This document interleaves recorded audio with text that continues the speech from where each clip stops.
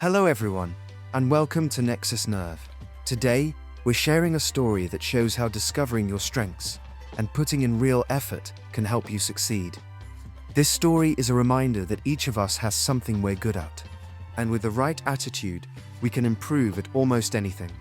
In a quiet part of a small, peaceful town, there lived a family. This family had a 12-year-old boy named David, a student in the 6th grade. David was full of energy and loved being outdoors. His absolute favorite thing to do, play soccer.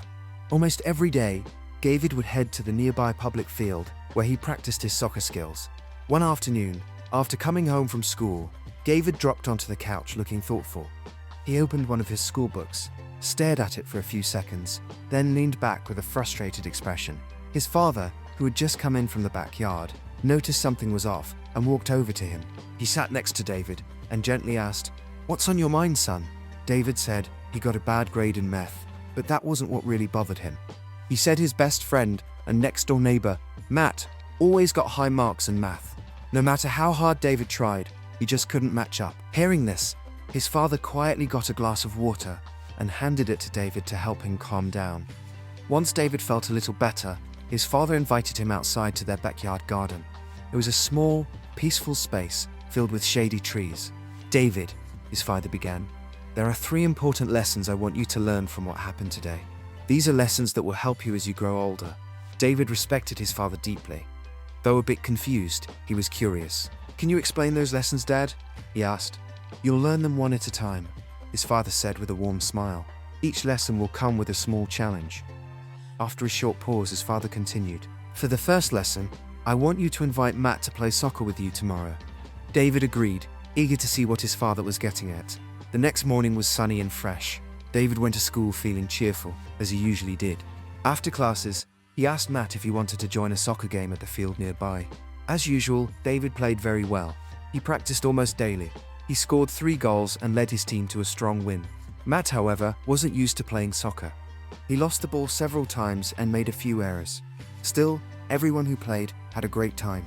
After the game, David quickly cleaned up and went to the backyard to talk to his dad. "Dad, I played soccer with Matt today," he said. "What's the first lesson?" His father smiled and said, "Why don't you tell me how the game went?" David told him everything, how he scored 3 goals, and how Matt wasn't very good at the game. His dad nodded and replied, "See, David, Matt may not be great at soccer, but he's excellent at math. And just like you struggle with math but shine in soccer, it shows we're all different, and that's perfectly okay. Everyone has their own strengths and interests." David felt like something had clicked. He suddenly understood that people don't need to be good at the same things. Curious as ever, David asked about the second lesson. "For lesson number 2, his father said, "I want you to watch Matt carefully tomorrow at school. Pay attention to how often he works with numbers or does anything related to math." The next day, David went to school feeling excited to complete this new challenge. He quietly observed Matt all day, noticing how often he was busy with math-related tasks. Matt was solving problems, doing puzzles, even working out change during recess. David even saw him counting the petals on a flower. That evening, when his dad came home, David ran up to him and shared what he had seen. "Dad, Matt was doing a lot of math today. He was solving questions, playing number games, even counting flower petals."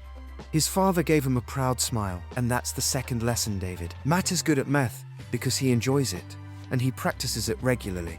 Just like you do with soccer. It doesn't always have to be hard. You can start simple, like counting petals on a flower." David smiled, realizing that regular practice really can make a difference, just like it had with soccer. Eager to learn more, he quickly asked, "What's the third and final lesson?" His father thought for a moment. "All right," he said, "I want you to think about how much better Matt is at math than you are." David paused, then answered, "I think Matt is about 3 times better than me." "Okay," said his father. "When tomorrow, I want you to study math 3 times harder than you usually do." David felt nervous but determined. He nodded, ready to take on the challenge. He focused for 1 full hour, then kept going for 2 more hours. He had tripled his effort, but before he could finish, his head began to ache, and soon he drifted off to sleep. Later, his father gently woke him with a soft tap. "Wake up for dinner. Meet me in the garden after," he said. David joined him looking disappointed. "I'm sorry, Dad," he said. "I tried, but my head started hurting, and I fell asleep. I couldn't finish." His father placed a kind hand on his head and said, "David, this is what happens when you try to master something you don't really enjoy. It's hard to stay focused and consistent. But when you love what you're learning, being disciplined doesn't feel so difficult, just like how you never get tired of playing soccer." Then he shared one final piece of advice. "If you want to get smart and become truly skilled at something, you have two choices.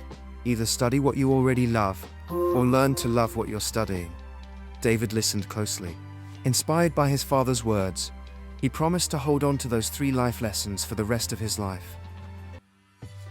Conclusion. Today, through this story, we explored new words and useful phrases. Always remember, learning English, or anything else, can be enjoyable when you make it a habit. So keep listening, keep learning, and keep growing. Be sure to like, comment, and share how this story helped you improve your English.